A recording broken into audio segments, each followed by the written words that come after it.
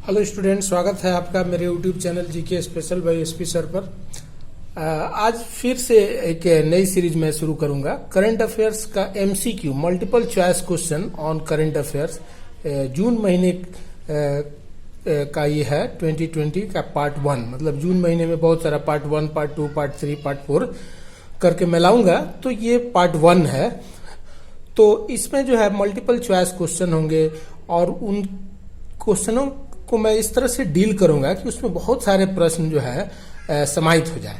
तो चलिए शुरू करते हैं। तो पहला क्वेश्चन है, अकॉर्डिंग टू आईएमडी, सुने होंगे, इंडियन मेट्रोलॉजिकल डिपार्टमेंट जो है भारत का जो है मौसम विभाग है, जो भारत में जो है मानसून का प्रेडिक्शन या फिर साइक्लोन का प्रेडिक्शन ये सब का काम करता है। तो south west monsoon occurs during which period of the year. तो अभी हाल में ये अनुमान जारी किया साउथ वेस्ट मानसून के लिए। तो साउथ वेस्ट मानसून का समय होता है भारत में जून से सितंबर के बीच में। 1 जून से देखिएगा नॉर्मल डेट होता है, लेकिन कभी आगे कभी पीछे जो है मानसून होते रहता है। तो इंडिया में देखिएगा मैक्सिमम जो रेनफॉल होता है वो साउथ वेस्ट मानसून से होता है। ये अरेबियन सी से जो है ये हमारे गर्म जो है मॉइस्चर वाला हवाएं आती है, और मैक्सिमम 90% जो है रेनफॉल इंडिया में जो है साउथ वेस्ट मानसून से होता है। तो अब साउथ वेस्ट मानसून के प्रेडिक्शन के लिए देखिएगा केरला में 14 जो है मेट्रोलॉजिकल सेंटर हैं, जहां पे अगर 2.5 cm जो है लगातार 2 दिन तक बारिश होगी तो फिर उसको जो है बोला जाएगा कि मानसून का आगमन हो गया। ऐसे 3 गाइडलाइंस है जो है आईएमडी के द्वारा जारी किया गया है। तो पहला है कि 14 मेट्रोलॉजिकल सेंटर पे 2.5 cm 2 दिन तक लगातार बारिश हो, और फिर वेस्टर्ली जो हवाएं होती है और रेडिएशन, ये 3 पैरामीटर को मान करके साउथ वेस्ट मानसून के आगमन को प्रेडिक्ट किया जाता है। तो इसमें प्रेडिक्शन है कि ये लेट है मानसून इस बार, जबकि जो प्राइवेट एजेंसी है स्काईमेट, उसका मानना है कि मानसून का जो है आगमन हो चुका है। तो इस तरह से जो है ये बहुत इंपॉर्टेंट है, ये सब आपको जाननी चाहिए, ये सबसे प्रश्न रहते हैं। तो इसका सही आंसर हो जाएगा बी नंबर ऑप्शन हो जाएगा, जून से सितंबर के बीच में इसका है। और सितंबर के बाद रिटरेटिंग मानसून होता है, फिर मानसून लौटने लगता है। फिर दूसरा क्वेश्चन है, who has been appointed as the new managing director of State Bank of India. तो स्टेट बैंक ऑफ इंडिया का आप जान रहे हैं चेयरमैन मिस्टर रजनीश कुमार है, लेकिन मैनेजिंग डायरेक्टर किसको अपॉइंट किया गया है? तो इसका आंसर हो जाएगा अश्वनी भाटिया को बनाया गया। तो ये सही आंसर है। लेकिन देखिए इसमें 3 नए अपॉइंटमेंट किए गए हैं बैंक बोर्ड ब्यूरो के द्वारा। जैसे मातम वेंकट राव को जो है सेंट्रल बैंक ऑफ इंडिया, सुने होंगे, तो सेंट्रल बैंक ऑफ इंडिया का एमडी एंड सीईओ बनाया गया है। एमडी एंड सीईओ अपॉइंट किया गया है। और फिर पीपी सेन गुप्ता को इंडियन ओवरसीज बैंक का एमडी एंड सीईओ बनाया गया है। और अश्वनी भाटिया को बनाया गया है managing director state Bank of India. तो ये सब आपको जानना चाहिए। स्टेट बैंक ऑफ इंडिया जो है वो इंडिया का लार्जेस्ट बैंक है। तो अब ये जितने पब्लिक सेक्टर बैंक है, इनके हेड को अपॉइंट करने का काम, जैसे चेयरमैन, मैनेजिंग डायरेक्टर या फिर सीईओ का काम, ये सब को अपॉइंट करता है बैंक बोर्ड ब्यूरो BBB। तो इसको एस्टैब्लिश किया गया था फरवरी 2016 में, और एक काम करने लगा अप्रैल 2016 से। और इसके चेयरमैन है भानु प्रताप शर्मा, और इसका जो हेडक्वार्टर है वो मुंबई में है। तो ये आप जानते रहिए, जैसे आईबीपीएस जो है बैंक में ऑफिशियल और स्टाफ को अपॉइंट करता है, और फिर जो बैंक बोर्ड ब्यूरो है वो बैंक में हेड को अपॉइंट करता है, वो भी पब्लिक सेक्टर बैंकों के हेड को। तो ये बहुत इंपॉर्टेंट है। फिर देखिए नेक्स्ट है, 3rd नंबर क्वेश्चन है कि who has been appointed as the president of Confederation of Indian Industry, CII जो है इंडिया का औद्योगिक परिसंघ है। तो इसका चेयरमैन बनाया गया उदय कोटक को, सॉरी प्रेसिडेंट बनाया गया उदय कोटक। सुने होंगे कोटक महिंद्रा बैंक के जो है एमडी और सीईओ कौन है? उदय कोटक। तो ये बहुत इंपॉर्टेंट है, ये भी सब आपको जानना चाहिए। तो CII confederation of Indian industry का फुल फॉर्म हो गया। तो ये बहुत इंपॉर्टेंट है। फिर उसके बाद अभी देखिएगा G7 बहुत चर्चा में है। G7 जो है डेवलप्ड कंट्री सबका ऑर्गेनाइजेशन है, टॉप इंडस्ट्रियल कंट्री का। तो पूछ रहा है कि which venue was the originally schedule for the 47th मतलब 46th जो है G7 का समिट 2020 में पोस्टपोन कर दिया गया ड्यू टू कोविड पेंडेमिक की वजह से। तो वो होने वाला था United states of America USA में होने वाला था, तो उसको जो है पोस्टपोन कर दिया गया है। तो ये जानते रहिए G7 अभी चर्चा में है, इसको एस्टैब्लिश किया गया था 1975 में और इसके मेंबर कंट्री है यूएस, जहां पे ये होने वाला था कैंप डेविड में ये जो है होने वाला था समिट। और फिर इसके मेंबर कंट्री है UK, France, Germany, Canada, Italy और जापान।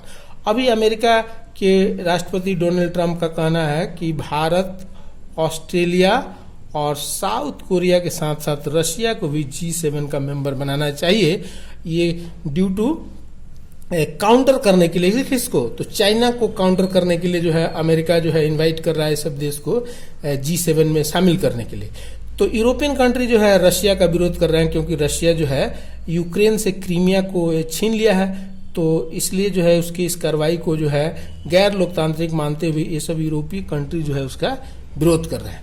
तो इस तरह से देखिएगा 2020 में होने वाला था कैंप डेविड में, फिर 2019 में हुआ था बियारिट्ज फ्रांस में, और 21 में होगा G7 का समिट यूके में, फिर 22 में होगा जर्मनी में और फिर जापान। इस तरह से ये सब बहुत इंपॉर्टेंट ऑर्गेनाइजेशन के समिट है, तो ये सब आपको जानते रहना चाहिए। तो ये यूनाइटेड स्टेट्स में होने वाला था जो स्थगित कर दिया गया, पोस्टपोन कर दिया गया कोविड की वजह से। तो कोविड-19 पर देखिए कि मैं अलग से एक वीडियो बनाया हूँ, उसको आप देख सकते हैं। फिर इसी तरह से जितने अपॉइंटमेंट है नेशनल इंटरनेशनल ये सब का देखिएगा, लेटेस्ट हुज एंड हु मैं वीडियो बनाया हूँ नेशनल का, इंटरनेशनल का, फिर झारखंड का भी, तो वो सब आप देख सकते हैं, वो सब बहुत इंपॉर्टेंट है। फिर what is the corpus of the payment infrastructure development fund, PIDF जो है एक प्रस्तावित है जिसको सेटअप किया जाएगा RBI के द्वारा। तो ये सब जो है इन्वायरमेंट फ्रेंडली पेमेंट सिस्टम को डेवलप करने के लिए किया गया। तो इसका जो है कॉर्पस होगा ₹500 करोड़। तो ये इसका आंसर होगा ₹500 करोड़। फिर बोल रहा है कि according to Controller General of Accountant, सुने होंगे CAG नहीं, वो अलग होता है। इसके अनुसार जो है रियल जो फिस्कल डेफिसिट है इंडिया का as the percentage of GDP for the previous financial year 2019-20, मतलब करंट वाला चल रहा है 2021, लेकिन ये प्रीवियस में बता रहा है कि कितना रहने वाला है। तो देखिएगा कि इसका आंसर होगा 5.9% जो है ये घाटा रहने वाला है, राजकोषीय घाटा, difference between government income and expenditure. देखिएगा कि ये 4.2% क्या है, तो GDP का ग्रोथ है 2019-20 का, 19-20 का है। तो ग्रोथ जो है बहुत घट गया है और इसके चलते सरकार का घाटा जो है बढ़ गया है, सरकार का डेफिसिट जो है वो बहुत बढ़ गया है। जैसे देखिएगा कि जो बजट एस्टिमेट था उसमें किया गया था कि 3.5% ऑफ GDP रहेगा, फिर उसमें रिवाइज करके बोला गया 3.8% रहने का, मतलब आमदनी कम हो गया सरकार का, खर्च बढ़ गया, इसके चलते कर्ज बढ़ गया। तो वो कर्ज जो है वही उसी को बोलते हैं डेफिसिट, फिस्कल डेफिसिट। तो रिवाइज जो टारगेट है वो 3.8% है, लेकिन अभी देखिएगा कि जो GDP ग्रोथ रेट घट गया है उससे सरकार का आमदनी जो बहुत ज़्यादा कम हो गया है और खर्चा जो है बहुत ज़्यादा बढ़ गया, इसलिए कर्ज ज़्यादा लेना पड़ेगा। और ये कर्ज जो है परसेंटेज ऑफ GDP में 4.59% रहेगा। तो ये बहुत बड़ा घाटा जो है सरकार का होने वाला है। तो ये जो है ये कोविड-19 पेंडेमिक के पहले का, तो याद रखिए ये GDP का ग्रोथ रेट है। तो GDP पे भी मैं अलग से एक वीडियो बनाया हूँ एट ए रेट ऑफ 4.2%, तो उसको भी जाके देख सकते हैं, करंट अफेयर्स के लिए मैंने बनाया है। और ये फिस्कल डेफिसिट का अलग से ही किया। फिर नेक्स्ट क्वेश्चन है according to new definition of, सुने होंगे माइक्रो स्मॉल मीडियम एंटरप्राइजेज। ये कोविड-19 पेंडेमिक के बाद से जो है ये देखिएगा कि इसका डिफिनेशन बदल गया है। What is the investment limit for the enterprises to be classified as the medium enterprises. तो मीडियम के लिए है 50 करोड़ जो है उसका इन्वेस्टमेंट होना चाहिए। तो अब ये नया जो डिफिनेशन आया है ये भी बहुत इंपॉर्टेंट है, अब इसको जानते रहिए, ये सबसे क्वेश्चन क्या है रहेंगे। तो जैसे जो है नया जो डिफिनेशन है एमएसएमई का जो न्यू डिफिनेशन है उसको समझने का प्रयास कीजिए कि जो मैन्युफैक्चरिंग और सर्विसेज के लिए अलग अलग पहले था, तो ये दोनों को इस बार मिला दिया गया है। तो माइक्रो इंडस्ट्री उसको बोलेंगे जिसमें इन्वेस्टमेंट जो है 1 करोड़ रुपए तक है, इन्वेस्टमेंट 1 करोड़ रुपए है और टर्नओवर जो है 5 करोड़ रुपए है, तो उसको बोलेंगे माइक्रो इंटरप्राइजेज।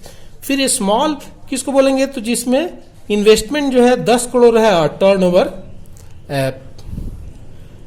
50 करोड़ है, तो उसको बोलेंगे स्मॉल इंटरप्राइजेज। और मीडियम इंटरप्राइजेज जिसका क्वेश्चन था, तो उसमें इन्वेस्टमेंट है प्लांट और मशीनरी में 20 करोड़ और उसका टर्नओवर है रुपी कितना, तो रुपी जो है 100 करोड़। तो 100 करोड़ है, तो ये जो है आपको बहुत इंपॉर्टेंट है, तो इससे क्वेश्चन रहेगा। फिर नेक्स्ट क्वेश्चन है who has been appointed as the high commissioner of India to the United Kingdom. देखिए इधर जितने भी अपॉइंटमेंट है उसको मैंने रख दिया है। क्वेश्चन तो ये है कि यूनाइटेड किंगडम में इंडिया का हाई कमिश्नर किसको बनाया गया, तो मिसेस गायत्री आई कुमार को बनाया गया, तो ये सही आंसर हो जाएगा।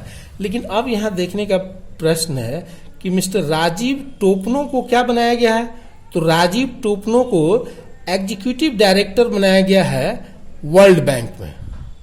तो ये बहुत इंपॉर्टेंट है, ये 4 प्रश्न को मैंने एक प्रश्न बना दिया, राजीव टोपनो। फिर मिस्टर ब्रजेंद्र नवनीत को क्या बनाया गया है, तो इनको जो है परमानेंट रिप्रेजेंटेटिव बनाया गया है इंडिया का, ऑफ इंडिया का वर्ल्ड ट्रेड ऑर्गेनाइजेशन में, WTO में। तो ये बहुत इंपॉर्टेंट है। फिर मिस्टर रवीश कुमार को क्या किया गया है, तो इनको जो है एम्बेसडर बनाया गया है फिनलैंड में। फिनलैंड कंट्री सुने होंगे, तो फिनलैंड का जो है बनाया गया है। और गायत्री एस कुमार को यूनाइटेड किंगडम में हाई कमिश्नर बनाया गया है। तो ये बहुत इंपॉर्टेंट है, ये 4 अपॉइंटमेंट को मैंने एक साथ रख दिया है। फिर बोल रहा है कि what is the name of the tropical storm, जो देखिएगा कि अभी ट्रॉपिकल के ये जो है स्टॉर्म का सीजन चल रहा है, मतलब साइक्लोन का सीजन चल रहा है, इस पे भी मैंने अलग से वीडियो बनाया है, उसको भी आप देख सकते हैं। तो what is the name of the tropical storm that hit the El Salvador and Guatemala. तो इसमें हम 4 वो ट्रॉपिकल साइक्लोन के नाम को सेलेक्ट किए हैं जो अभी चर्चा में है। तो इसका आंसर हो जाएगा अमांडा। ये एल सल्वाडोर और ग्वाटेमाला में अमांडा साइक्लोन आया है। और क्रिस्टोबल जो साइक्लोन है वो मैक्सिकन गल्फ में आया है, मैक्सिको की खाड़ी में आया है। ये Mexican gulf, southern Mexican gulf में आया है क्रिस्टिको बॉल। और अम्फन जैसे कि आपको बताया है कि इसका ट्रॉपिकल साइक्लोन में देखिएगा, अम्फन जो है वे ऑफ बंगाल में, बंगाल में तबाही मचाया, और निसर्ग अभी जो है महाराष्ट्र में। तो ये 4 वैसे ट्रॉपिकल साइक्लोन को मैंने रखा जो अभी रिसेंटली हिट किए हैं। फिर पूछ रहा है कि which is the first bank of India to launch mobile application for opening a current account. Current account जिसमें ब्याज आपको नहीं मिलता है, तो बिजनेस पर्पस के लिए होता है। तो करेंट अकाउंट के लिए मोबाइल ऐप लॉन्च किया इंडसइंड बैंक, जो प्राइवेट सेक्टर का एक बड़ा बैंक है। तो इसका आंसर हो जाएगा बी। तो इस तरह से 10 प्रश्नों को मैंने रखा, लेकिन इसमें बहुत सारे क्वेश्चन समाहित हैं। इसके अलावा देखिए अब इसमें मैंने ये सब क्वेश्चन बनता है, लेकिन मैं अलग से इसको जो है अब ट्राइब्यूट से क्वेश्चन रहता है। जैसे श्रद्धांजलि जो अब नहीं रहे, रिसेंटली पास्ट हुए, जैसे सुने होंगे वाजिद खान जो म्यूजिशियन थे वो अब नहीं रहे। फिर सुने होंगे पी नामग्याल जो है ये पॉलिटिशियन थे लद्दाख के, फिर केंद्र में मंत्री भी थे, तो ये अभी अब नहीं रहा। फिर वेद मारवाह जो है वो गवर्नर थे झारखंड के पहले, और फिर मणिपुर और मिजोरम के भी गवर्नर रह चुके हैं, भारतीय पुलिस सेवा के अधिकारी हैं, तो अब नहीं रहे। तो ये ट्रिब्यूट के रूप में इनको याद रखिए। फिर इंपॉर्टेंट जो डेज हैं और थीम्स है उससे क्वेश्चन रहेगा। जैसे वर्ल्ड मिल्क डे 1 जून को मनाया जाता है, तो इसका जो है थीम है 28th anniversary of world milk day. फिर उसी तरह से इंटरनेशनल सेक्स वर्कर का 2 जून को मनाया जाता है, तो एक्सेस टू जस्टिस इसका थीम है। फिर सुने होंगे वर्ल्ड नो टोबैको डे, तो वो जो है 31 मई को मनाया जाता है। तो प्रोटेक्टिंग यूथ इसका थीम है। फिर वर्ल्ड बाईसाइकिल डे जो है 3 जून को मनाया गया, तो ये जो है बी सॉल्यूशन नॉट पॉल्यूशन, अगर साइकिल पर आप चलिएगा तो पॉल्यूशन नहीं होगा, तो ये उसका थीम है। फिर international day of innocent children victim aggression मनाया जाता है 4 जून को। फिर वर्ल्ड का फूड सेफ्टी डे मनाते हैं 7 जून को, और इसका थीम है फूड सेफ्टी एवरीवन बिजनेस। और फिर वर्ल्ड इन्वायरमेंटल डे जानते हैं, बहुत फेमस है, 5 जून को मनाया गया है, तो इसका थीम है बायोडाइवर्सिटी, जैव विविधता। तो इस तरह से ये सब भी प्रश्न है। तो इस तरह से मैंने बहुत कम समय में ज़्यादा से ज़्यादा प्रश्नों को रखने का प्रयास किया, तो ये सब ध्यान में रखिएगा। तो इस वीडियो को देखने के लिए बहुत बहुत धन्यवाद। फिर मेरे अगले वीडियो का इंतजार कीजिए। नमस्कार।